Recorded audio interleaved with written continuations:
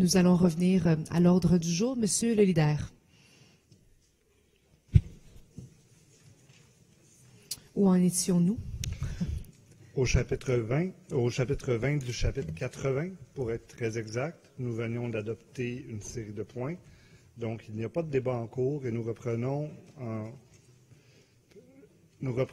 par le fait que je vais suggérer de réunir les items 2031 à 2035, appuyé de mon collègue Benoît Doré. Et en 2031, on autorise la cession du contrat accordé à la firme conseiller en gestion informatique, à la firme Sojica Inc. En 2032, on accorde un soutien financier exceptionnel d'un montant de 1 038 000 $ à l'organisme à but non lucratif Dianova Québec pour la réalisation du projet de logement social Dianova 3.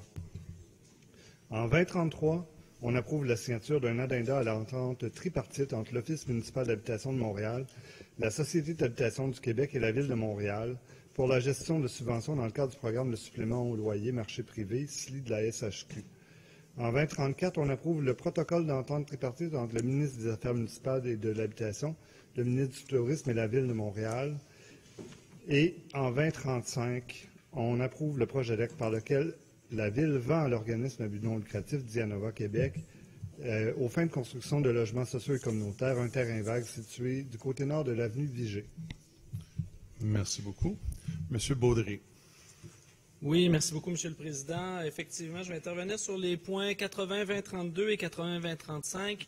Donc, un autre projet qui démontre encore que notre administration est très engagée dans l'optique d'offrir de plus en plus de logements sociaux et communautaires aux personnes qui en ont réellement besoin.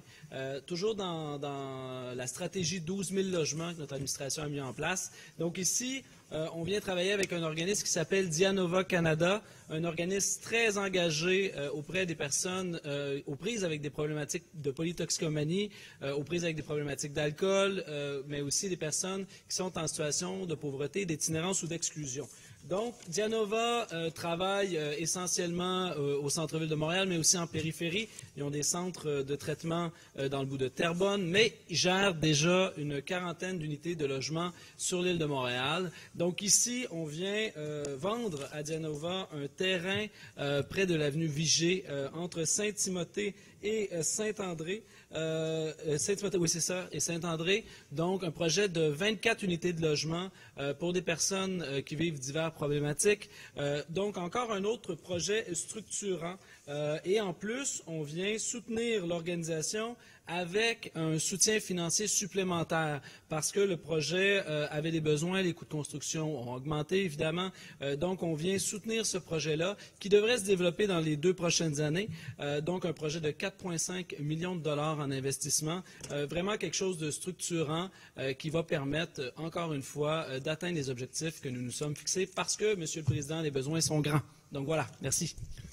Merci beaucoup. Il n'y a pas d'autres interventions. Les points sont adoptés. Monsieur le leader. Monsieur le Président, je vais proposer de réunir les items 2036 à 2040. En 2036, on accorde un contrat aux entreprises Michauville pour des travaux de réfection des infrastructures de la rue William. En 2037, on conclut une entente cadre d'une durée de 5 ans avec Service d'équipement GD pour la fourniture et l'installation de systèmes hydrauliques. En 2038, on accorde un contrat à ProVert Sud-Ouest pour la gestion des écocentres Acadie, Côte-des-Neiges, Petite-Patrie, Rivière-des-Prairies, Saint-Laurent et Saint-Michel. En 2039, on conclut 4 ententes cadres d'une durée de 36 mois plus 2 années d'option avec Bell Canada et Société TELUS Communications. Et en 2040, on conclut une entente cadre avec Teltec Signalisation pour une période de 36 mois. Monsieur le greffier, est-ce que je dois annoncer maintenant qu'à 2039, on ajoute un document ou c'était une formalité? Alors, on a indiqué qu'à 2039, il y a ajout d'un document au sommaire décisionnel. Oui, alors mon collègue François Croteau va en faire l'annonce. En fait, c'est l'accusé de réception pour la validité auprès des instances l'ANP qui manquait lorsqu'il y a eu l'étude du dossier à la commission d'étude des grands contrats. Donc, le document était manquant au sommaire décisionnel, le dossier donc, qui est déposé aujourd'hui. Merci beaucoup, M. Croteau. Madame Boisvert-Roy. Merci beaucoup. Alors, pour les rapports de la Commission permanente des contrats sur les dossiers sous étude présentement, commençons par le 80-2036, les entreprises Michauville. Il s'agit d'un contrat de plus de 10 millions, contrat d'exécution de travaux d'une valeur de plus de 2 millions, présentant un écart de plus de 20 % entre l'estimation interne effectuée pendant le processus d'appel d'offres et la soumission de l'adjudicataire. Alors, il s'agit ici de travaux de réfection des infrastructures de la rue William, entre la rue de la Montagne et Dalhousie, Griffintown. Les membres ont bien compris que le plus bas soumissionnaire conforme avait ici une excellente connaissance de ce secteur, puisqu'il a déjà réalisé des contrats récemment. Cela lui a permis de soumettre un prix largement inférieur à l'estimation. Les membres ont aussi noté que cet écart avec l'estimation reposait essentiellement sur 2 facteurs déterminants. Le premier, le maintien de la circulation et la signalisation temporaire. Et le deuxième, la fourniture et la pose de la conduite d'égout combinée de 1500 mm de diamètre. Les responsables de l'estimation ont basé leur analyse sur des hypothèses de production plutôt conservatrices en raison de la densité des infrastructures souterraines présentes dans le secteur et des autres chantiers actifs à proximité.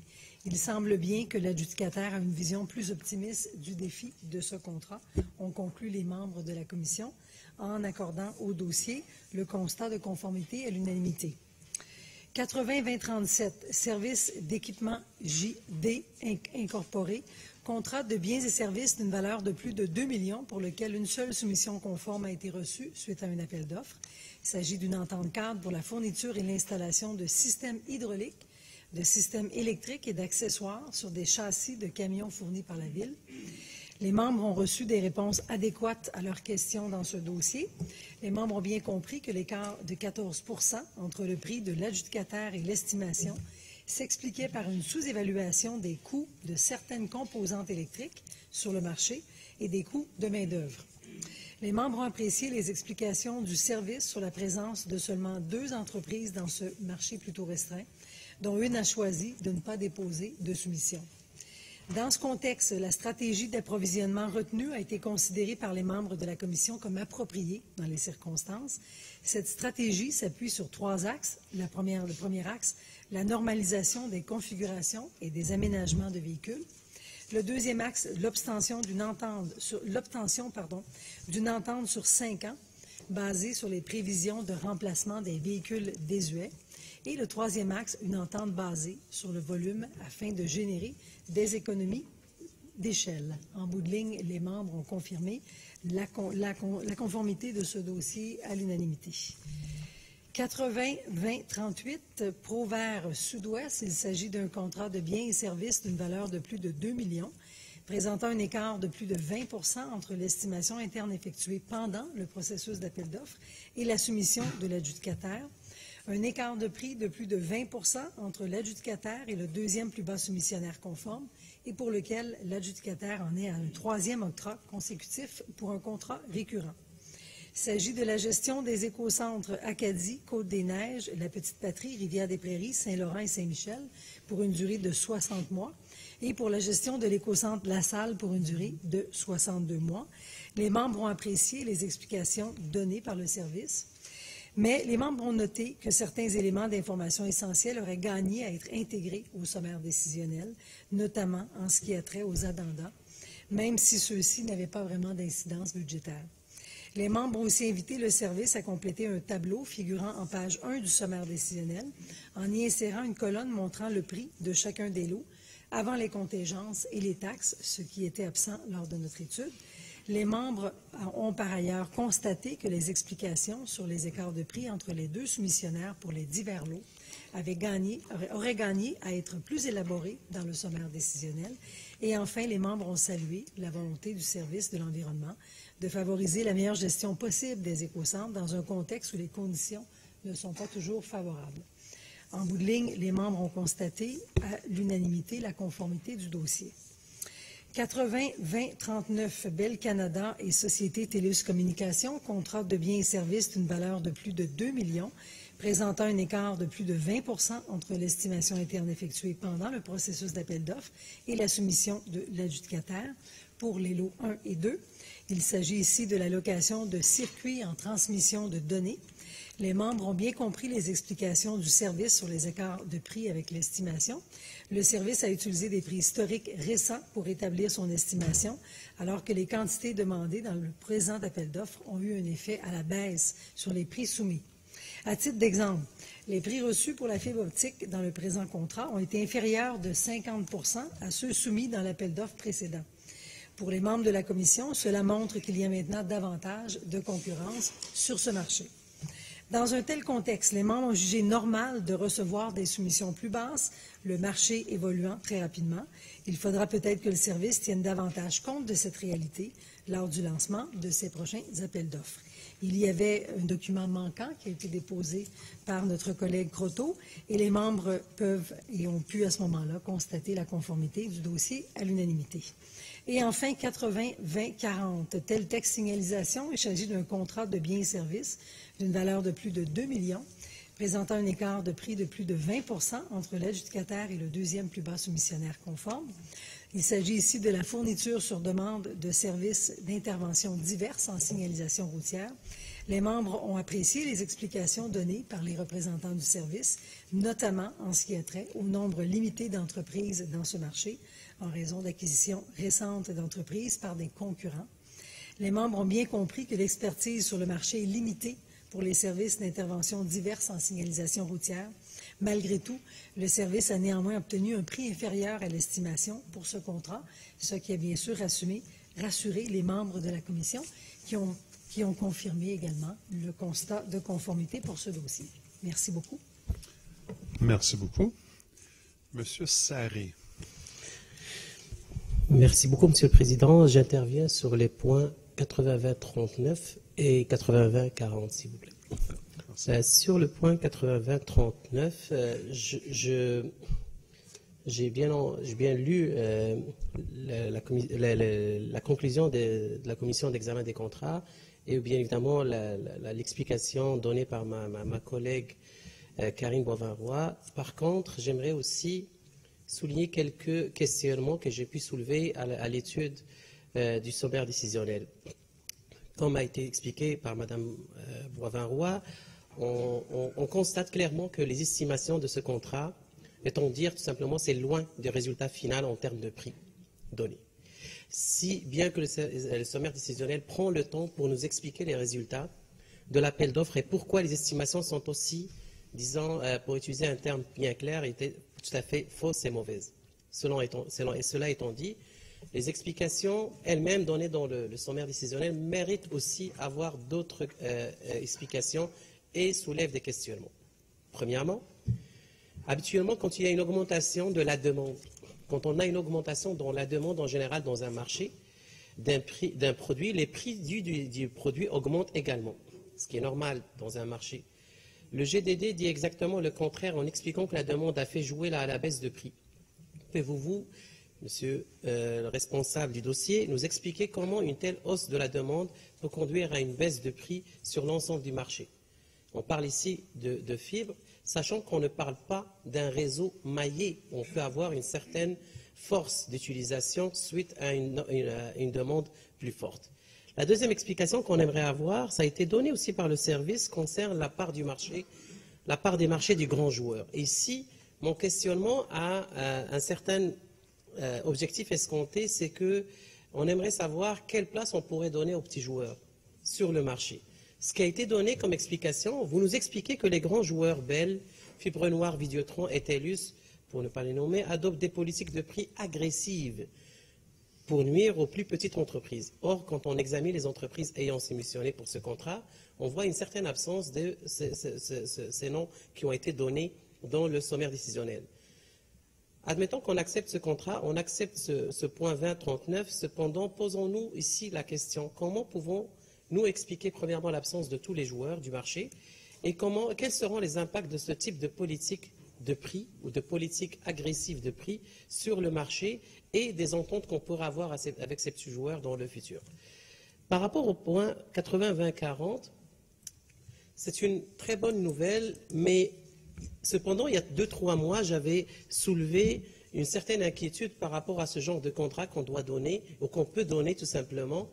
Il faut juste, et ça encore une fois, j'ai lu le sommaire décisionnel, et je n'ai pas trouvé encore une fois un paragraphe, ou plutôt une certaine inquiétude par rapport à l'évolution rapide qu'on pourrait avoir dans ce marché.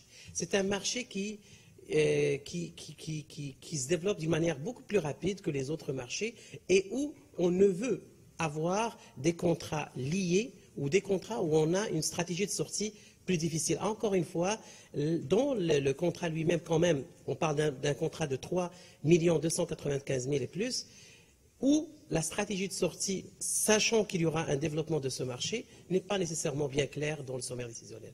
Merci, Monsieur le Président. Merci beaucoup, M. Sarré. J'aimerais juste vous rappeler que le mot « fausse » c'est considéré un mot non parlementaire. Donc, si vous voulez le dire, merci. Bon, je comprends que vous le retirez. Merci beaucoup. Monsieur Miali.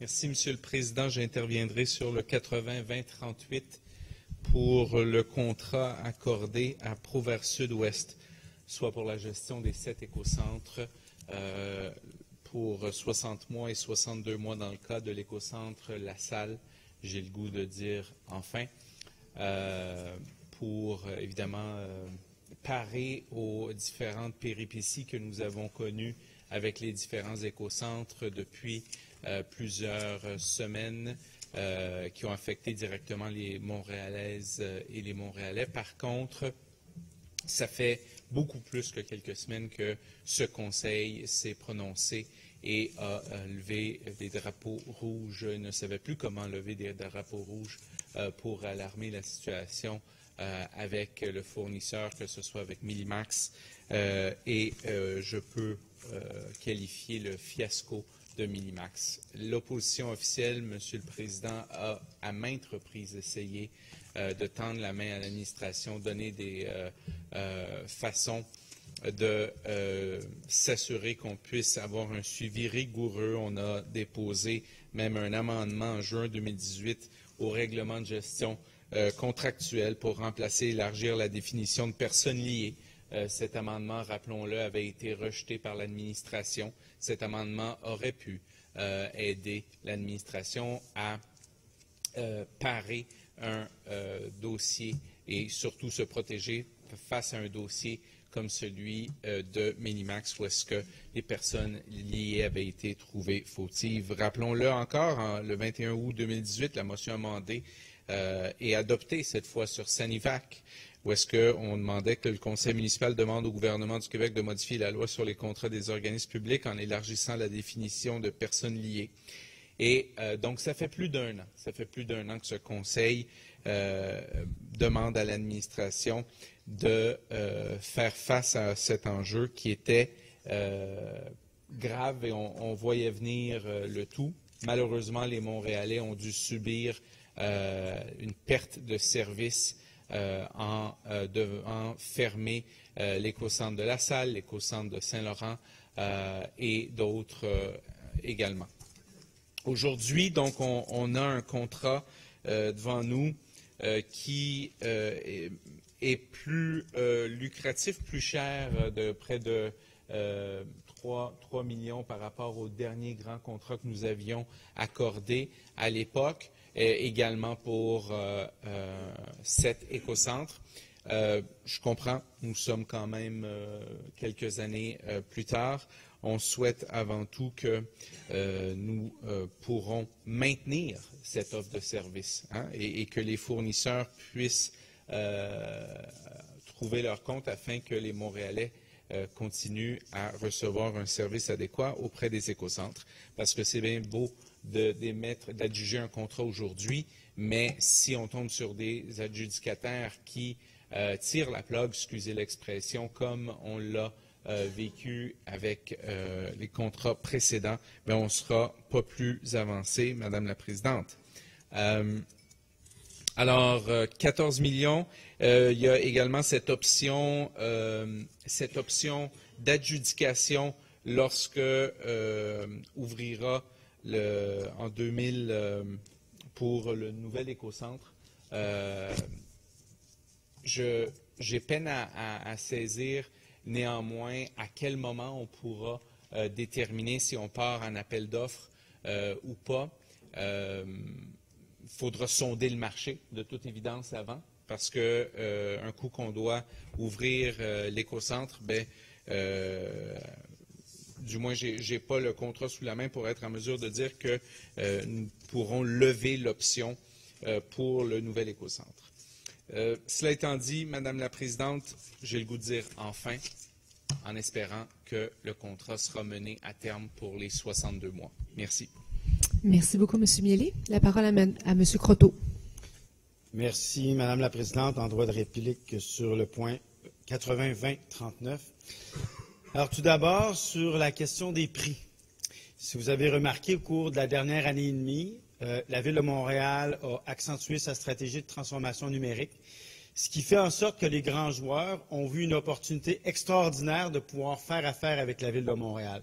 Je vous invite à consulter les derniers contrats que nous avons votés ici et il y a une récurrence sur une forte diminution des prix en rapport aux évaluations que nous faisons de façon traditionnelle. On le voit ici de façon très patente. C'est évident que les grands joueurs voient là une opportunité d'affaires extraordinaire et ils se font une concurrence très féroce entre eux, ce qui fait en sorte que la Ville bénéficie naturellement de cet état de concurrence actuellement sur le marché, principalement de la fibre optique des grands fournisseurs. La vraie question qu'on doit se poser dans ce dossier-ci, ce n'est pas de savoir comment nous allons favoriser les petits joueurs et comment on va travailler dans l'avenir, c'est quelle devrait être la stratégie de la Ville de Montréal dans une situation où l'augmentation des besoins en télécommunications va grandir de plus en plus, avec l'Internet des objets qui se déploie de plus en plus et l'arrivée éventuellement de la technologie cellulaire 5G. Cela va forcer naturellement un déploiement massif de la fibre optique pour les fournisseurs et éventuellement pour la Ville. Alors, la question que vous auriez dû poser, c'est quelle est la stratégie de la Ville pour faire face à cette arrivée massive de fibre optique et est-ce que nous allons être dépendants des entreprises privées? Question que nous nous sommes posée il y a plusieurs mois, M. Sarry. Et la question, nous avons décidé de la résoudre de deux manières. Tout d'abord, d'aller en appel d'offres et de demander à des experts de nous donner les opportunités d'affaires que la Ville pouvait avoir, à savoir, est-ce que nous devons contracter à 100% avec le privé pour un déploiement de la fibre optique sur son territoire?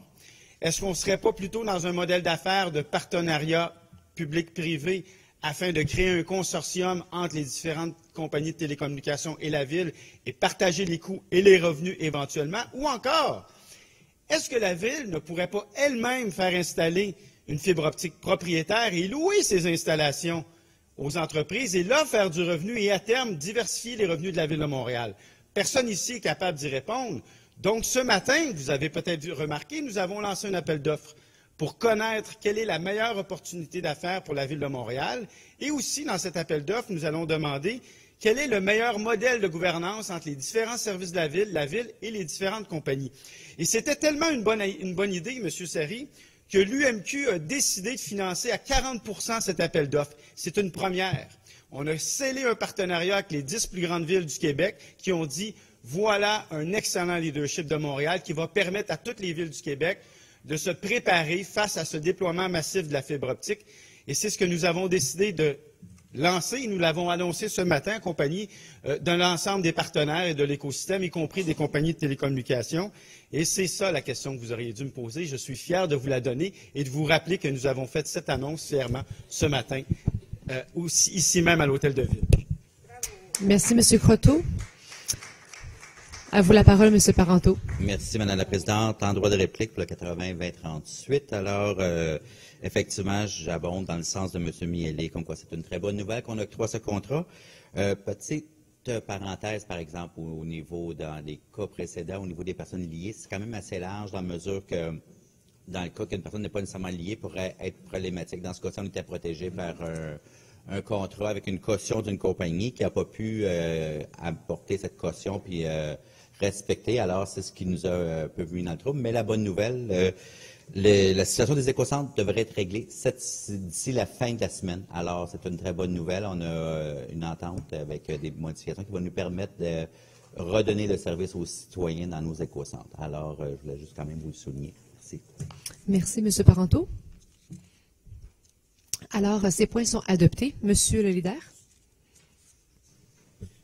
Madame la Présidente, nous allons donc réunir les items 2041 à 2045. Et en 2041, on accorde un contrat aux entreprises Michauville pour des travaux de réfection des infrastructures dans la rue William. En 2042, on accorde un contrat à Sonnexin Services environnementaux pour la réhabilitation d'une conduite d'eau de 400 mm dans l'avenue Green.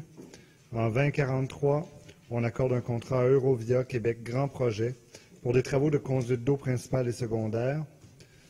En 2044, on accorde un contrat aux excavations La Fontaine pour la réhabilitation du collecteur Grand Trunk.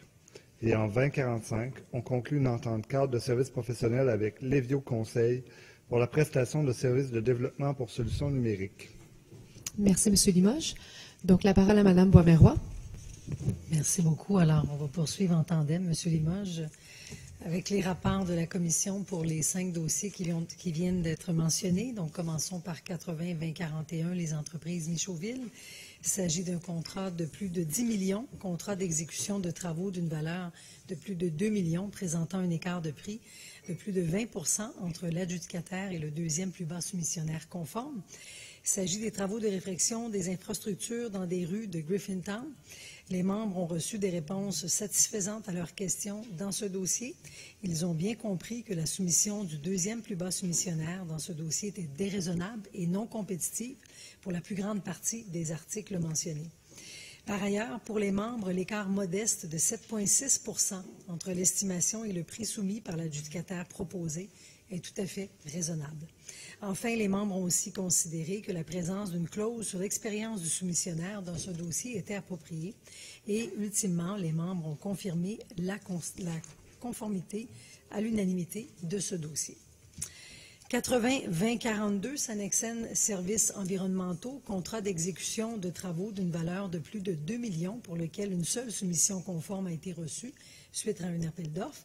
Il s'agit ici de la réhabilitation d'une conduite d'eau de 400 mm sur l'avenue Green et la construction d'une conduite d'eau de 400 mm sur la rue Saint-Ambroise. Les membres ont été surpris de constater qu'il n'y avait rien d'indiqué à la rubrique « Décision antérieure ». Les membres ont apprécié les explications du service à l'effet qu'il s'agissait d'un premier projet de cette nature dans ce secteur de la ville. Mais cette réponse porte à croire qu'il y a diverses interprétations, selon les unités d'affaires, quant au contenu à verser dans cette rubrique des décisions antérieures. Les membres reviendront d'ailleurs vraisemblablement sur cette question dans le prochain bilan annuel. Par ailleurs, les membres ont considéré avoir reçu des réponses satisfaisantes à leurs questions, notamment en ce qui a trait au montant retenu et aux garanties dans le cadre de contrats de cette nature. Et les membres ont confirmé la conformité de ce dossier à l'unanimité. 80-20-43, Eurovia Québec Grand Projet. Il s'agit d'un contrat de plus de 10 millions pour des travaux de conduite d'eau principale et secondaire, d'égouts, de voirie et de modification au réseau de la Commission des services électriques de Montréal sur l'avenue Pierre de Coubertin. Les membres ont bien compris la complexité d'un projet de cette nature où cela suppose de la coordination et des négociations avec divers intervenants, notamment l'ECN. Les membres ont aussi noté la présence de plusieurs soumissionnaires pour ce contrat, ce qui témoigne d'une bonne concurrence dans le dossier. Les membres ont noté par ailleurs que plusieurs partenaires ont été intégrés à ce projet, notamment le service de l'urbanisme et de la mobilité, l'arrondissement de Mercier-Hochelaga-Maisonneuve, la Commission des services électriques. Pour les membres, il est intéressant de constater qu'il y a ici un effort pour faire en sorte de réaliser plusieurs travaux concurremment et ainsi éviter une succession de chantiers distincts sans véritable coordination. Les membres ont reçu des réponses adéquates à leurs questions et la conformité du dossier a été constatée à l'unanimité. 80-20-44, les excavations La Fontaine, contrat d'exécution de travaux d'une valeur de plus de 2 millions, présentant un écart de prix de plus de 20 % entre l'adjudicataire et le deuxième plus bas soumissionnaire conforme. Il s'agit de la réhabilitation du collecteur Grand Trunk. Les membres ont bien compris la nécessité de réhabiliter le collecteur Grand Trunk, un véritable équipement construit en 1865. Les membres ont aussi apprécié les explications données sur les techniques utilisées pour cette réhabilitation. Les membres ont aussi compris que d'autres travaux de réhabilitation sont prévus pour 2020 sur la conduite d'aqueduc adjacente au collecteur. Enfin, les membres ont cependant noté qu'il y avait des divergences dans les coûts du contrat entre les montants prévus au sommaire décisionnel et ceux présentés à la commission permanente en séance de travail. Les membres ont invité le service à vérifier ces données pour éviter toute confusion quant au coût réel de ces travaux et s'assurer de présenter les bons montants tant dans le sommaire décisionnel que dans la présentation faite à la commission, ce qui a été fait. Les membres ont enfin confirmé à l'unanimité la conformité de ce dossier. Et enfin, 80-20-45, Lévio Conseil Incorporé. Il s'agit d'un contrat de service professionnel d'une valeur de plus d'1 million, présentant un écart de plus de 20 % entre l'estimation interne effectuée pendant le processus d'appel d'offres et la soumission de l'adjudicataire.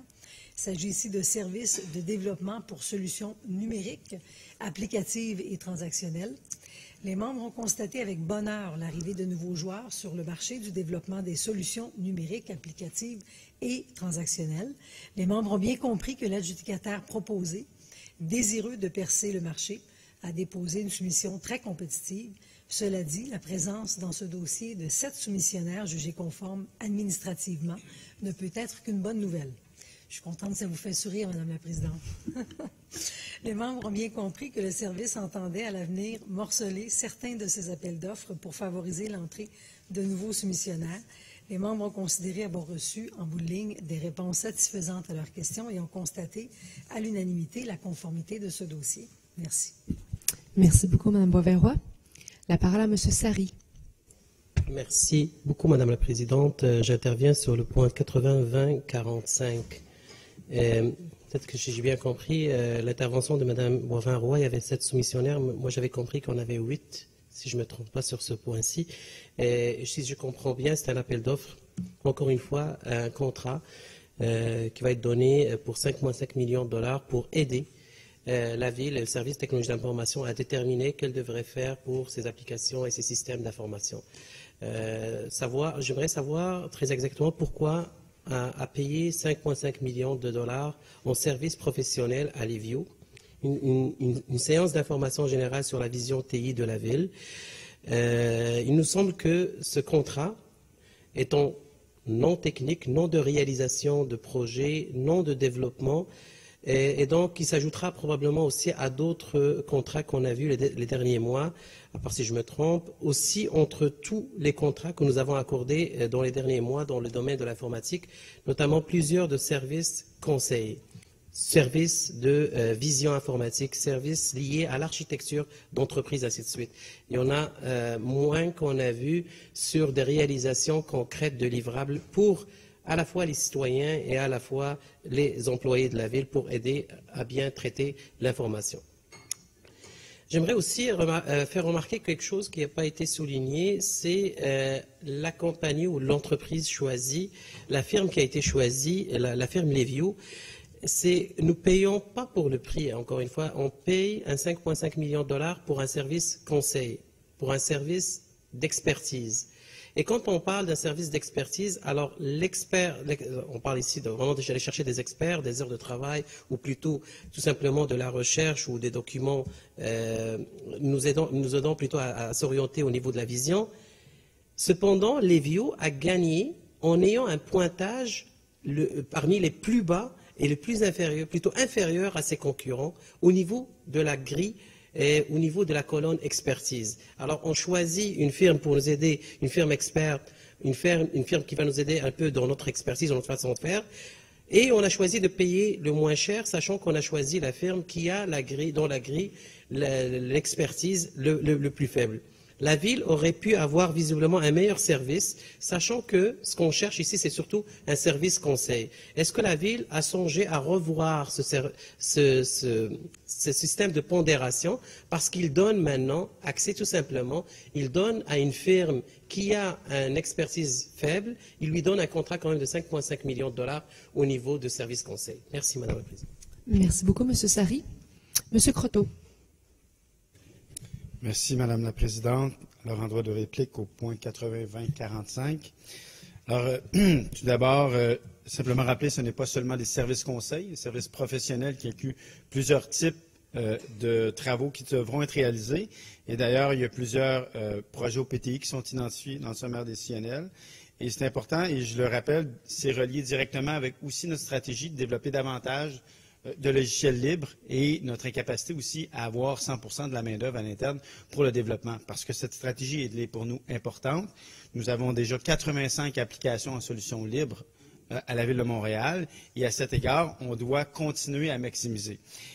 Nécessairement, avec la compétitivité actuellement sur le marché informatique, la main-d'œuvre qui est difficilement disponible. Je vous rappelle qu'on a lancé des appels d'offres au mois d'octobre dernier, 111 nouveaux postes. On a à peine plus de 30 personnes qui ont été embauchées parce que, justement, c'est un marché hyper compétitif. Il faut continuer à être en mesure d'améliorer notre transformation numérique et on doit donc être flexible et agile et trouver des solutions qui nous permettent de pouvoir développer et avancer nos projets. C'est dans ce cadre-là que le contrat est donné et c'est pour ça qu'on parle d'architecture numérique, de gestion de projet et d'autres services professionnels qui sont inclus dans l'appel d'offres. Et je vais reprendre les propos de votre collègue qui a souligné la bonne nouvelle sur la diversification et l'arrivée des nouveaux joueurs qui va permettre à la Ville, justement, d'éviter tout menottage informatique dans ce cas-là. Merci, Madame la Présidente. Merci beaucoup, M. Croteau. Donc, ces points sont adoptés. Monsieur le leader. Madame la Présidente, au chapitre 20, il ne reste, si je ne me trompe pas, qu'un seul point, effectivement. Exactement. Je ne me trompe pas, il reste le 2046, qui est toujours un rapport qui a été soumis à la Commission d'examen des contrats. Alors, Mme Boisvert-Roy va continuer de parler tout de suite après moi. Et on accorde un contrat à Saint-Denis Thompson pour la réalisation des travaux de construction du lot LO 401, maçonnerie faisant partie du projet de restauration patrimoniale et de mise aux normes de l'Hôtel de Ville. Merci beaucoup. Mme Boisvert-Roy. Merci à mon collègue. Effectivement, donc, contrat d'exécution de travaux d'une valeur de plus de 2 millions, présentant un écart de prix de plus de 20 entre l'adjudicataire et le deuxième plus bas soumissionnaire conforme. Il s'agit de travaux de maçonnerie faisant partie du projet de restauration patrimoniale et de mise aux normes de l'Hôtel de Ville. Les membres ont bien compris que l'adjudicataire déjà présent dans les travaux de l'Hôtel de Ville a pu tirer avantage de la situation afin de soumettre un prix très concurrentiel. Les membres ont aussi apprécié les explications claires et détaillées du service sur les écarts de prix entre la soumission de l'adjudicataire et la dernière estimation. Enfin, les membres ont bien compris que les coûts de ce contrat étaient imputés à 56,3 % à la Ville de Montréal et à 43,7 % à l'agglomération. D'ailleurs, les représentantes des villes liées auraient souhaité retrouver plus de détails sur ce partage de coûts dans le dossier décisionnel. En bout de ligne, les membres ont constaté à l'unanimité la conformité de ce dossier et se sont réjouis de voir que le projet est bien sur les rails. Merci. Merci, Mme Boisvert-Roy. Donc, ce point est adopté également. Monsieur le leader. Un nouveau chapitre. Oui, un nouveau chapitre qui s'ouvre et qui se refermera quand même assez tôt, puisqu'il n'y a qu'un seul point, et c'est le 3001, qui est d'approuver une nouvelle approche de répartition des fonds basée sur la mesure du panier de consommation dans le cadre de l'entente administrative de lutte contre la pauvreté et l'exclusion sociale avec le ministère du Travail, de l'Emploi et de la Solidarité sociale destiné aux arrondissements et aux villes liées. Merci beaucoup, Monsieur le leader. Alors, la parole à Mme Goulet. Merci beaucoup, Madame la Présidente. Alors, sur ce point, je suis heureuse de vous demander d'approuver ce sommaire qui permettra à l'ensemble de l'agglomération de Montréal de mieux lutter dorénavant contre la pauvreté et l'exclusion sociale sur notre territoire. La Ville de Montréal répartit chaque année le financement découlant de l'entente administrative avec le MTS entre les arrondissements, les villes liées et des dossiers à portée régionale, comme la lutte contre l'itinérance, la sécurité alimentaire, l'égalité femmes-hommes, les personnes aînées, l'accessibilité universelle, par exemple. Ce financement sert à soutenir environ 400 projets communautaires dans la lutte contre la pauvreté et l'exclusion sociale. Alors, l'entente actuelle est d'une durée de 5 ans et se termine en 2023. Elle est dotée d'un budget, rappelons-le, de 50 millions de dollars, soit 10 millions par an.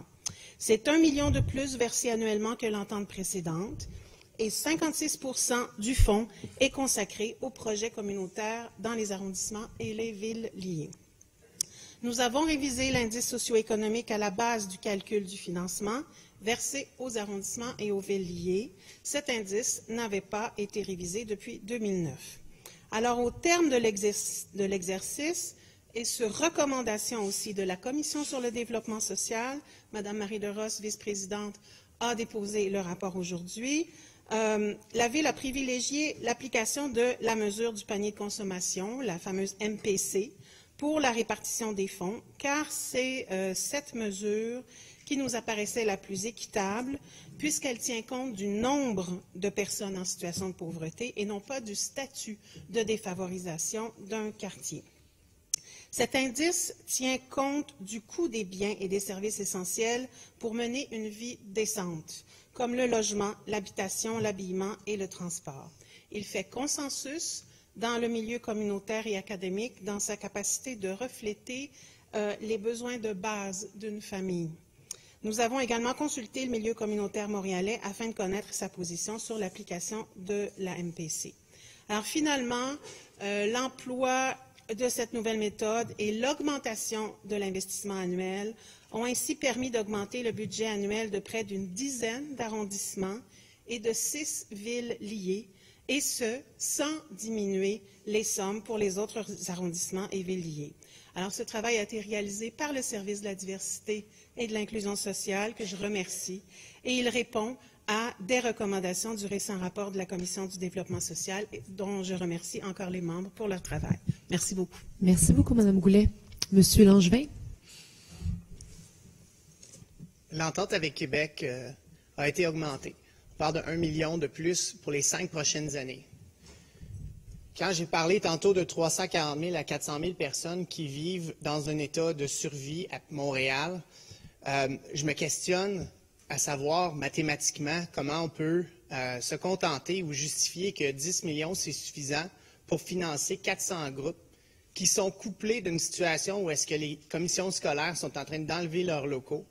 Donc, ils se retrouvent avec des dépenses supplémentaires et on est ici aujourd'hui à parler encore une fois d'un montant qui, selon moi, à l'article 2 de notre mission de la Ville de Montréal, on parle de la nécessité et de l'importance de combattre la pauvreté avec des sommes qui, selon moi, sont tellement minimes, surtout quand on les distribue sur 33 territoires, comme dans la commission qui vient de faire des recommandations, a nommé très clairement que les sommes sont nettement insuffisantes, puis qu'il faudrait haut et fort exprimer le fait que le financement étant, oui, des financements par projet et non des financements par mission, mais ça reste que même pour les projets, il n'y a pas suffisamment d'investissement qui est fait au niveau du développement social pour pouvoir être capable de réellement avoir un impact et sortir les gens de la pauvreté. On est encore en train de parler de survie, financer des services qui vivent en mode survie,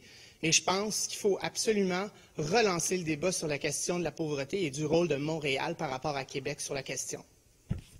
Merci, M. Langevin. Alors, ces points sont adoptés. Ce point est adopté. Monsieur le leader. Madame la Présidente, cela nous amène au chapitre 42. Et je vais réunir les systèmes 4201 à 4205. En 4201, on adopte un règlement autorisant un emprunt de 122 000 $ afin de financer l'acquisition de matériel informatique. En 4202, c'est l'adoption d'un règlement autorisant un emprunt de 39 millions pour financer des travaux de rénovation à l'Hôtel de Ville de Montréal. En 4203, c'est l'adoption d'un règlement modifiant le règlement sur le service de sécurité incendie de Montréal. En 4204, c'est l'adoption d'un règlement autorisant un emprunt de 31 millions pour le financement des travaux de prolongement du collecteur industriel situé dans l'arrondissement d'Anjou et la Ville de Montréal-Est. Et en 4205, c'est l'adoption d'un règlement autorisant la démolition de 2 bâtiments ainsi que la construction et l'occupation des fins résidentielles pour des personnes ayant besoin d'aide et d'hébergement d'un bâtiment sur 2 lots du cadastre du Québec. Merci, M. le leader. Ces points sont adoptés. Alors, en 4206, on adopte un règlement autorisant la démolition du bâtiment situé sur le lot 2 162 004 du cadastre du Québec pour permettre la construction et l'occupation d'un bâtiment des fins résidentielles pour personnes ayant besoin d'aide et d'hébergement. Merci, M. Lider. Ce point est adopté. Au chapitre 45, en 4501, Madame la Présidente, on approuve le règlement R162.1, modifiant le règlement R162 de la STM, autorisant un emprunt de 54 522 892 $ pour financer le projet agrandissement du centre d'attachement VIO pour un terme de 20 ans, afin de modifier l'envergure du projet et d'augmenter le montant de l'emprunt à 67 millions et approuver la modification du programme des immobilisations de la STM. Merci, M. le leader. M. de Souza. Merci, Mme la Présidente. Sur ce dossier-là, le dossier prétend qu'il y a des augmentations et, en conséquence, a passé de 54 vers 67 millions. La question que je me pose, on n'a pas une décortication dans le dossier, pour autant qu'à la fin, dernière page du dossier, ça donne une sommaire des coûts. Mais ça ne nous donne pas la raison et la décortication, Mme la Présidente, pour la différence entre le 54 et le 67 millions. Je souhaiterais qu'au moins pour nous, au Conseil, qu'on ait au moins une idée de si effectivement il y a des délais tels qu'il est mentionné dans le dossier, parce qu'ils disent, entre autres, sur page 7 et 14, ils disent qu'il y avait eu des diverses problématiques rencontrées lors du processus d'acquisition de terrain, obtention du décret. Il y a des modifications en vigueur, déplacement d'un égout majeur, travaux pour les services dernière, le stationnement, la démolition d'un pas de voie de centre d'attachement, système de récupération de diesel, la construction de chemins sur le boulevard Viau et le déplacement de positionnement du monte-charge et le phasage des travaux et les mesures transitoires pour la clientèle et l'ajout des contraintes de vibration. Donc, on n'a pas dans le dossier, Mme la Présidente, la raison pourquoi, quelles sont pour ces augmentations ou ces changements dans le dossier, quelle est la partie attribuée à chacun de ces raisons pour justifier l'augmentation que le STM nous propose. Merci, M. de Souza. M. Sauvé. Bien, merci pour la question, M. de Souza. Donc, effectivement, c'est un grand projet pour le métro de Montréal, un centre d'attachement pour le VIO. Donc, on comprend le contexte un petit peu de VIO. Si on pense au métro VIO, qu'est-ce qui est alentour? Mais on a le stade, on a le biodôme, on a tous les espaces pour la vie, on a le cinéma, la Star City, il y a vraiment beaucoup de choses. Donc, la complexité du site a mis en cause, en fait, nous a entraîné des retards. On a bien travaillé la STM avec nos partenaires, donc on a voulu faire ça correctement. Donc, les travaux étaient changés afin de s'assurer que les travaux se font de bonne augure. Effectivement, le projet va être réalisé un petit peu plus tard qu'originalement planifié. Donc, il y a quand même une saturation de marché également qui est en cours. Également, il y a une opportunité pour nous d'avoir un accès pour des matériaux par la suite, comme on a fait la démonstration déjà. Avec les travaux de nuit, il y a beaucoup de matériaux qu'on doit rentrer et sortir à Youville. On va pouvoir le faire à VIO si on fait correctement ces travaux-là. Donc ça, c'est intéressant aussi. Donc, si vous voulez, je vais pouvoir vous donner une meilleure décortication des prix. On a toute cette information-là, mais l'essentiel est vraiment dans le sommaire décisionnel, les raisons pour lesquelles. Tout ça en droit de réplique, bien sûr. Merci beaucoup. Merci, M. Sauvé. Qu'est-ce que je viens de dire? Avec tout respect, le droit de réplique n'applique pas parce qu'il faut donner ça au début, mais en même temps, j'accepte... Pas nécessairement, non. L'importance...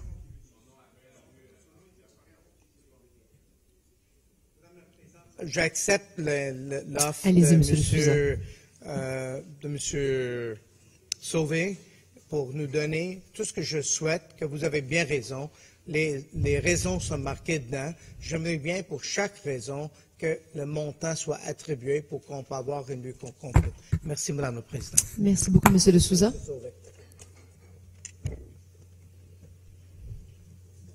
Alors, ces points sont adoptés. M. le leader. Madame la Présidente, nous arrivons au chapitre 20 du Conseil municipal. Et je vais proposer de réunir les items 2001 à 2005. En 2001, on accorde un contrat à Axo Construction pour divers travaux. En 2002, on accorde un contrat à Céveco pour des travaux de voirie de conduits souterrains de la Commission des services électriques de Montréal. En 2003, on demande à Hydro-Québec de procéder à la conception des travaux d'enfouissement du réseau câble aérien longeant la rue de Castelnau. En 2004, on demande à Hydro-Québec de procéder à la conception des travaux d'enfouissement du réseau câblé aérien longeant la rue Saint-Urbain. Et en 2005, on approuve un projet de protocole d'entente entre le ministère des Affaires municipales et de l'Habitation et la Ville de Montréal, établissant les modalités d'implication des parties relativement au versement d'une aide financière à la Ville.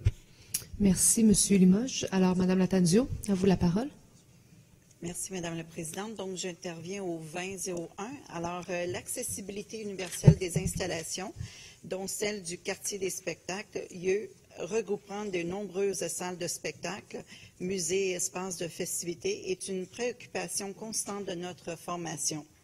Ce secteur fut développé avec l'intention d'attirer les foules tout au long de l'année, que ce soit avec les festivals Francofolie, Juste pour rire, jazz, etc., ou des événements plus ponctuels comme Noël, la Nuit blanche, permettant ainsi une démocratisation des lieux culturels de notre belle ville.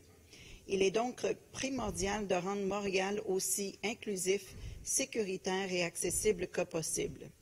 Tous les citoyens montréalais ont droit à un accès égal et peu importe leur statut ou leur limitation. Depuis sa construction, le quartier des spectacles donne des sueurs froides aux non-voyants de la ville. L'aménagement des trottoirs au même niveau que la chaussée sur la rue Sainte-Catherine entre les rues Bleury et Saint-Dominique, censé rehausser le côté piétonné, empêche les citoyens non-voyants de distinguer la limite entre le trottoir et la rue. L'absence de dénivellation nuit à leur sécurité. Sans celle-ci, plusieurs Montréalais pourraient se retrouver par mégarde en plein milieu de la chaussée. À la suite de plusieurs plaintes, l'Ombudsman a réalisé depuis 2011 de nombreuses interventions pour améliorer l'accessibilité des installations existantes du secteur, notamment pour les personnes non-voyantes. Dès 2012, la Ville confie à un organisme externe le mandat d'étudier et de suivre la situation du quartier.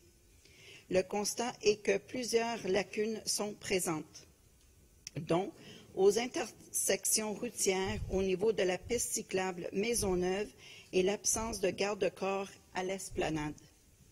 La Ville a alors, au cours des dernières années subséquentes, effectué plusieurs travaux de réaménagement tels que le marquage des marques, le blocage de mobilier urbain, le déplacement de certains mobiliers, l'ajout d'éclairage, le marquage des pistes cyclables et l'ajout de feux sonores. Nous arrivons aujourd'hui avec une des dernières pièces, soit le remplacement des bateaux pavés par des dalles podactyles en fonte. Ces nouvelles dalles permettront un accès plus sécuritaire aux personnes non-voyantes ainsi qu'à celles à mobilité réduite. Un total de 54 dalles dans les 15 intersections seront changées cet été. En octobre 2018, l'administration actuelle a lancé une grande consultation auprès de la population afin de présenter un nouveau plan d'action pour les années 2019-2020. Au départ, le plan devait être présenté et déposé pour mars 2019. Madame la Présidente, nous sommes rendus en juin 2019. Le plan d'action n'a toujours pas été présenté devant ce Conseil. Pourrions-nous savoir où nous en sommes rendus avec ce dossier? Merci. Merci, Mme Lattanzio. Madame Goulet, à vous la parole. Alors, le plan d'action en développement social est prévu pour les prochaines semaines. Nous y travaillons beaucoup et nous allons intégrer le plan. Il y a eu une synthèse des actions en accessibilité universelle qui a été faite, qui a été présentée au groupe en accessibilité universelle et bien reçu. Alors, nous travaillons très fort pour que ce plan voie le jour en droit de réplique, très, très bientôt. Et il vous sera présenté dès que possible. Merci beaucoup. Merci, Mme Goulet. Alors, ces points sont adoptés. Monsieur le leader. Madame la Présidente, dans le prochain bloc, là, je vais vous demander de suivre. Je vais réunir 26, 27, 29 et 20, reporter 28 un peu plus tard dans le Conseil. Je sais que la mairesse voulait s'exprimer dessus, mais pour l'instant, elle n'est pas des nôtres. Parfait. Alors, en 26, on autorise la constitution par l'UMCA Inc. en faveur d'Investissement Québec d'une hypothèque mobilière. En 2007, on accorde des contrats à 91, 90, 86, 73 Québec Inc. pour le lot 1 à Pépinière Jardin 2000, pour les lots 2 et 4 et entrepreneurs paysagistes Strathmore pour le lot 3. En 29, on accorde un contrat aux entreprises Canbec Construction pour des travaux d'égouts de conduite d'eau et de voirie dans la rue Victoria. Et en 2010, on autorise une dépense additionnelle de 333 945 $ ainsi qu'un virement provenant de l'enveloppe des incidences vers l'enveloppe des contingences dans le cadre du contrat VMP 17033. Merci, M. Lider. M. Bissonnette, à vous la parole. J'interviens sur l'article 20.07. Je profite de ce dossier pour rappeler l'importance pour une ville de s'adonner au verdissement. C'est dans ce contexte que les élus de l'arrondissement de Saint-Léonard ont adopté la politique locale de foresterie urbaine en conseil d'arrondissement du 3 juin dernier. En tant que maire de l'arrondissement de Saint-Léonard, je suis fier de présenter cette politique qui vise à répondre à plusieurs enjeux majeurs auxquels les villes doivent faire face. Je pense notamment à la lutte aux îlots de chaleur. La seule action de verdir sa ville, son quartier, de verdir à sa propre échelle a des répercussions positives puisqu'elle permet de purifier l'air, préserver les sols, favoriser la biodiversité urbaine ou encore participer à l'emploi local à travers la mise en œuvre et l'entretien des infrastructures vertes. D'ailleurs, depuis l'adoption de notre premier plan de développement durable en 2011, plusieurs actions se sont concrétisées. Laissez-moi vous en citer quelques-unes. Plantation de 221 arbres sur le domaine privé depuis 2013 par le biais du programme Un arbre pour mon quartier, déployé localement par l'écoquartier de Saint-Léonard. Plantation de 2600 arbres sur le domaine public depuis 2012. Bref, il ne faut pas perdre de vue que les arrondissements ont autant le rôle à jouer que la ville-centre dans la question de la forêt urbaine, et nous sommes heureux de voir que c'est un enjeu qui est pris au sérieux par l'administration. Continuons nos efforts et nous arriverons, je l'espère, à atteindre l'objectif que nous nous sommes fixés en tant que ville dans notre plan d'action Canopé, soit d'atteindre l'indice Canopé de 25 % d'ici 2025. Alors, ce que je voulais vous dire, c'est que nous faisons de la forestation urbaine à Saint-Léonard. Applaudissez-nous.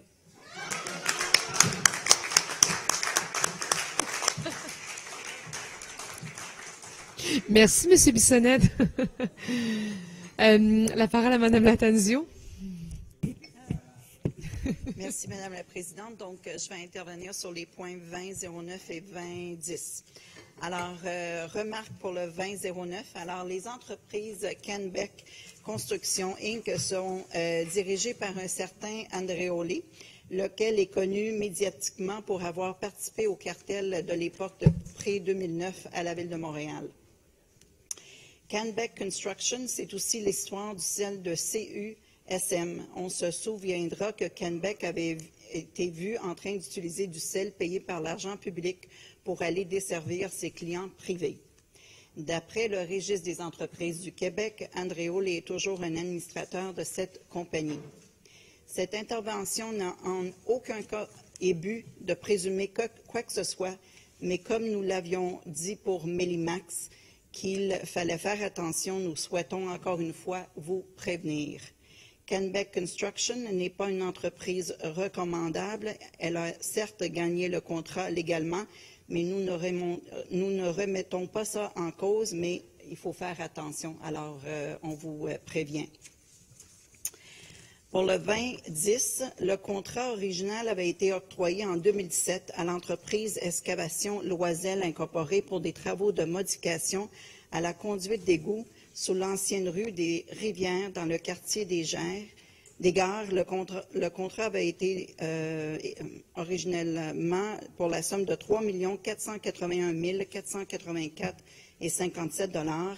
Les contingences étaient de l'ordre de 316 534,98 $.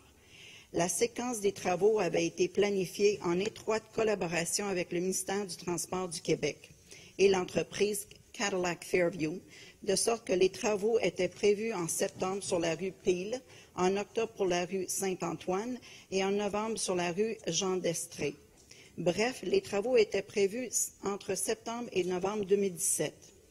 Lors de l'octroi de ce contrat en 2017, le GDD expliquait que la rue Saint-Antoine devait être réouverte au plus tard à la mi-novembre, de sorte à ne pas nuire à la circulation déjà problématique en raison des travaux entourant l'interchangeur Turcot.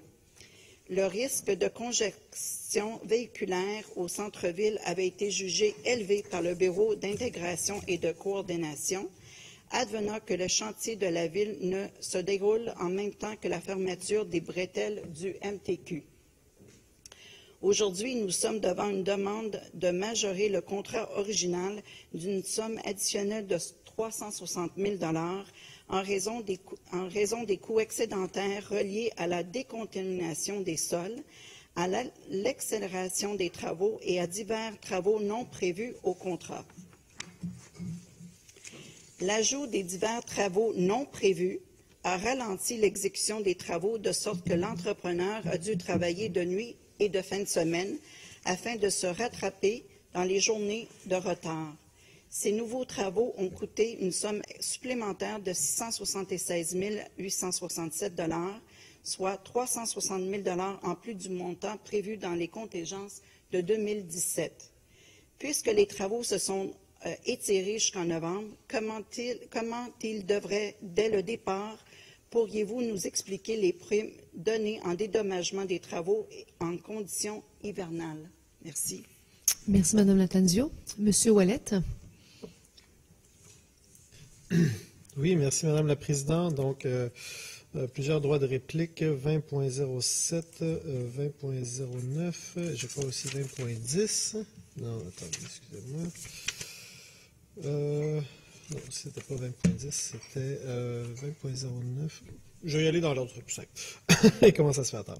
Donc, pour 20.09, ben, écoutez, Monsieur le maire Bissonnette, je suis extrêmement heureux que vous fassiez du verdissement dans Saint-Léonard. Hein. On se rappelle, il y a plusieurs années, je pense, l'arrondissement Rosemont-la-Petite-Patrie avait donné l'asile politique à certains marronniers qui étaient supposés être coupés à l'époque. Donc, on est très content que maintenant, aujourd'hui, vous vouliez verdir massivement dans l'arrondissement. Et je crois qu'on aura aussi l'occasion de se reparler, notamment pour les travaux de la rue Jean Talon, étant donné que c'est une artère commerciale qui est malheureusement un immense îlot de chaleur présentement. Sinon, également, pour droit de réplique pour 20.09, écoutez, merci Mme Lattanzio des commentaires, mais comme vous savez, à chaque fois, tous les contrats sont évalués. On demande aussi au niveau des entreprises différents documents, mais écoutez, on reste à l'affût. Vous savez à quel point on est soumis quand même à certaines règles plus bas soumissionnaires conformes, mais voyez à quel point également, grâce à la vigilance de nos fonctionnaires et aussi de la collaboration avec le bureau de l'inspecteur général, comme on l'a vu au niveau du déneigement, mais on est capable d'être très vigilant en amont, pendant et après le contrat. Et l'inspecteur général peut également agir en amont, pendant et après le contrat, avec ou sans finalement signalement de notre part. Lui aussi elle aussi peut également faire des enquêtes indépendantes. Et évidemment, toutes les autres instances qui permettent de certifier ces entreprises-là, mais c'est le plus bas soumissionnaire conforme pour l'instant. Sinon, au niveau de 20.10, ben oui, écoutez, en droit de réplique, donc on voit que c'est un chantier à haut risque, c'est même dit dans le sommaire décisionnel où, étant donné que c'est au centre-ville, en plein cœur du centre-ville, relié au quartier des Gares, mais il y a des accès à l'autoroute, des chantiers privés aussi très importants juste alentour. Et malheureusement, ils n'ont pas mis assez de contingence. On en est évidemment très, très malheureux. C'est un contrat qui a été voté en fait sous votre administration, sous l'ancienne administration. Est-ce que j'aurais exigé des contingences plus élevées pour le centre-ville? Écoutez, c'est des choses qu'on sait, c'est des choses qui peuvent arriver dans le centre-ville. Il faut prévoir des contingences. On ne peut pas juste appliquer un taux de contingence fixe. quand il y a des chantiers à faible niveau de risque, on demande des contingences plus faibles. On demande des contingences plus élevées et on demande aussi des fois des quantités également de matériaux. Donc, c'est tout ça qu'on veut faire également. Donc, voilà, j'espère que ça a répondu à vos questions. Merci beaucoup, M. Ouellet. Parfait, ces points sont adoptés. Monsieur le leader. Madame la Présidente, nous allons réunir les items 2011 à 2015. En 2011, on accorde un contrat au groupe Lefebvre, MRP, pour des travaux de réfection de la dalle de béton extérieure au biodôme. En 2012, on accorde un contrat à Charex pour des travaux de voirie et d'éclairage dans la rue centrale. En 2013, on accorde un contrat aménagement côté jardin pour des travaux de voirie, d'aménagement paysager, d'éclairage dans la rue Basin. En 2014, on accorde un contrat à Service Infraspec pour des travaux de réhabilitation de conduite d'égout par chemisage avec cure aux rayons ultraviolets dans diverses rues de la Ville de Montréal. Et en 2015, on accorde un contrat à C-Techno Inc. pour des travaux de remplacement de l'éclairage de 2 écosystèmes du biodôme. Merci, M. le leader. Ces points sont adoptés. De 2016 à 2020, Madame la Présidente, en 2016, on accorde un contrat à groupe DCR pour la construction d'un nouvel habitat pour les Araos. En 2017, on accorde un contrat à groupe DCR pour des travaux de réfection de murs et de pochettes de plantation des écosystèmes du biodôme. En 2018, on accorde un contrat à Beauval pour des travaux d'égout de conduite d'eau et de voirie dans les rues Basile-Routier, Olympia et Soriol. En 2019, on autorise une dépense additionnelle de 62 000 $ pour augmenter le budget de contingence pour les travaux de réparation et réhabilitation ponctuelle de conduite d'égout secondaire de la Ville. Et en 2020, on accorde un contrat aux entreprises Canbec Construction pour des travaux de voirie dans la rue Sainte-Madeleine. Merci, M. le leader. Madame Rossi, à vous la parole. Alors, merci, Madame la Présidente. Je vais intervenir sur le 2016. Oui, 2016, en fait, et 2017. Alors, en me penchant sur ce dossier, j'ai remarqué les similitudes entre ce contrat et un contrat que nous avions accordé le mois dernier, également pour des travaux dans le cadre de la migration 2.0. Alors, date du lancement de l'appel d'offres, 13 mars 2019, date de l'ouverture des soumissions, 2 avril 2019, les mêmes preneurs de cahiers de charges, le même et seul soumissionnaire, la même justification pour expliquer les désistements à la section justification du sommaire décisionnel. Ce qui diffère entre les deux dossiers sont les écarts entre le plus bas soumissionnaire et la dernière estimation. Alors que pour le contrat accordé en mai dernier, il y avait un écart favorable entre la dernière estimation et le groupe DCR de 42 %. Là, nous parlons d'un écart défavorable de 26 % après négociation, qui plus est. Nous avons pris connaissance des explications pour les écarts, mais je me demande malgré tout pourquoi il y a tant de disparités entre les estimations et les soumissions des deux contrats. Certes, ce ne sont pas des contrats identiques, mais la nature de certaines tâches est similaire, notamment la fourniture et l'installation des structures d'acier. La différence entre les deux contrats, ce sont les estimations pour le contrat de mai. Pour le contrat de mai, ce sont les services de la Ville qui ont estimé les coûts, alors que pour ce contrat, ce sont les professionnels. Je pense qu'il faudrait davantage se pencher sur cette question pour les prochaines fois, car il n'est pas normal de se retrouver avec des écarts d'une telle envergure d'une estimation à l'autre. Il faudrait pouvoir avoir l'heure juste quand les estimations sont faites. Enfin, rappelons qu'aujourd'hui, nous octroyons 5 contrats pour des travaux à l'endroit du biodôme. C'est un chantier d'envergure, et qui dit chantier d'envergure dit grand besoin de coordination. Tout retard dans un des chantiers pourrait avoir un effet boule de neige qui impliquerait un retard dans un ou plusieurs autres chantiers et qui remettrait en cause l'ouverture du biodôme déjà retardée au mois de décembre. Encore aujourd'hui, nous sommes persuadés qu'il y a des améliorations à apporter afin que les entrepreneurs soient encouragés à compléter les chantiers à temps, voire avant l'échéancier annoncé. le système bonus-malus reste une option à considérer. Comme l'avait d'ailleurs recommandé le rapport Cormier à l'époque et comme nous l'avions proposé le mois dernier en motion que l'administration a d'ailleurs rejetée. Bref, nous espérons que tous les travaux seront menés à bien pour que des milliers de visiteurs du biodôme puissent bénéficier d'un biodôme remis à neuf d'ici la fin de l'année. Merci, Madame la Présidente. Merci beaucoup, Madame Rossi. Madame Lavigne-Lalonde. Merci, Madame la Présidente. En droit de réplique sur le 26-27.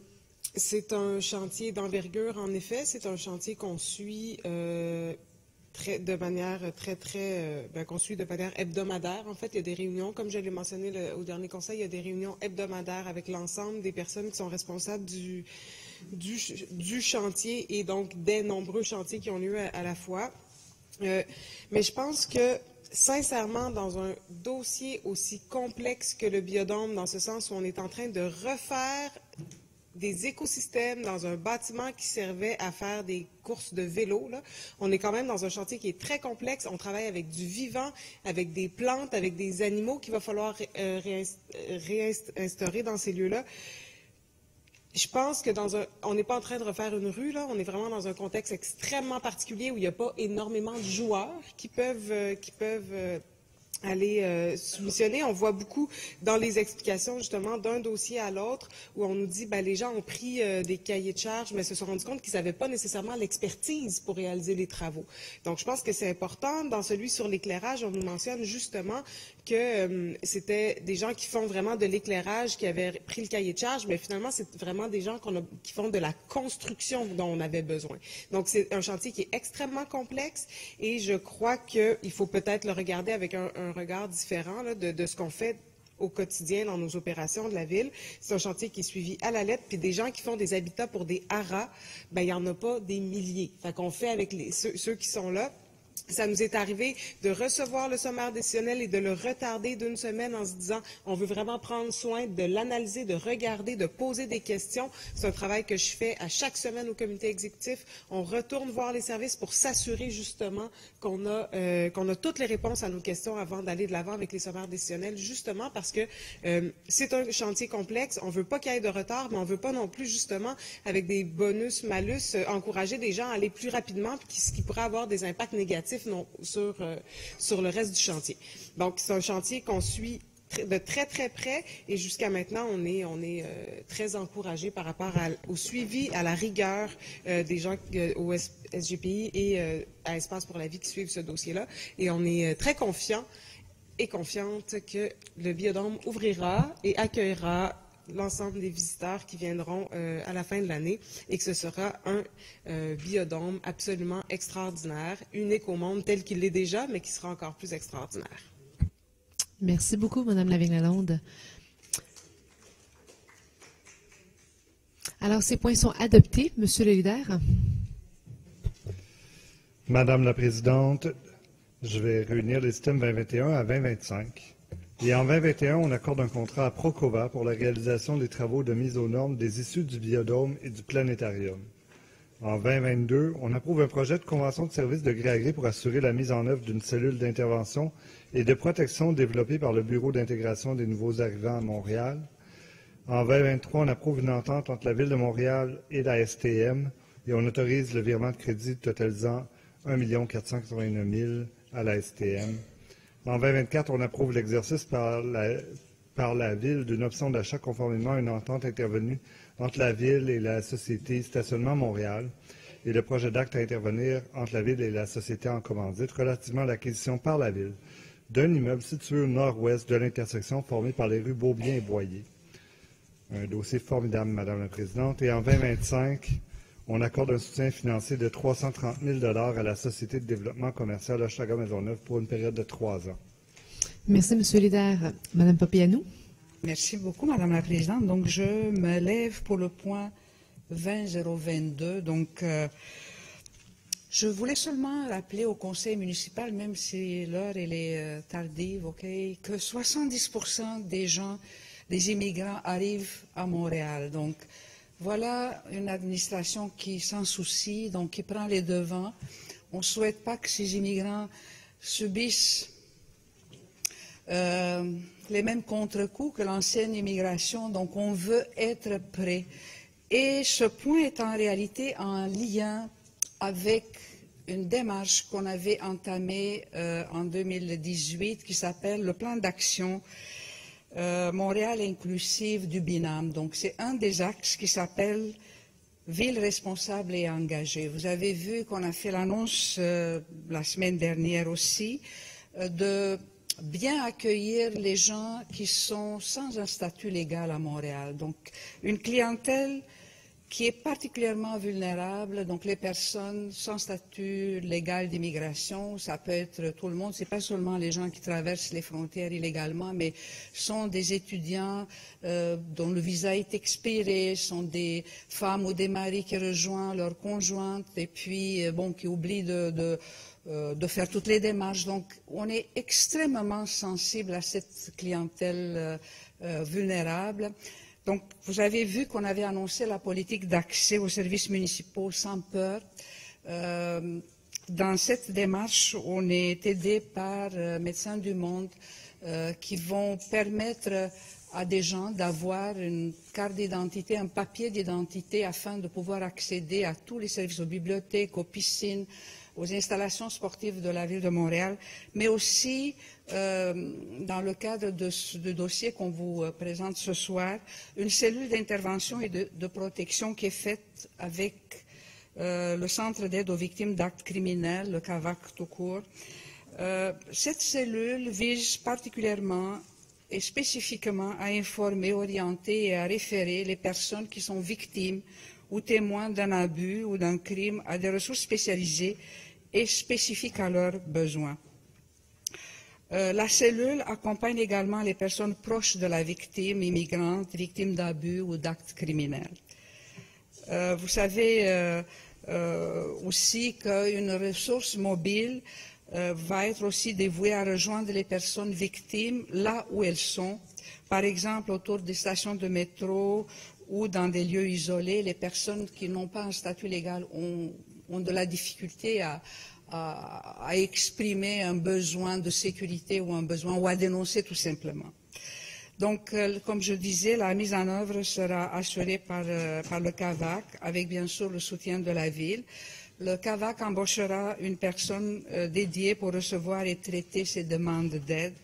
Cette cellule sera opérationnelle dès l'automne.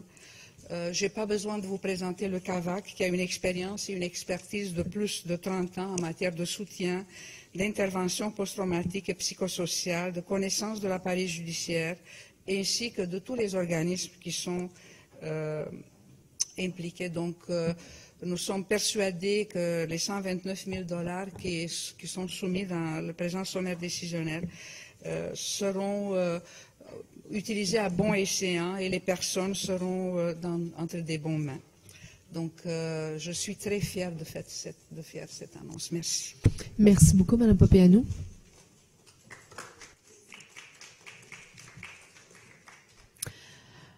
Alors, ces points sont adoptés.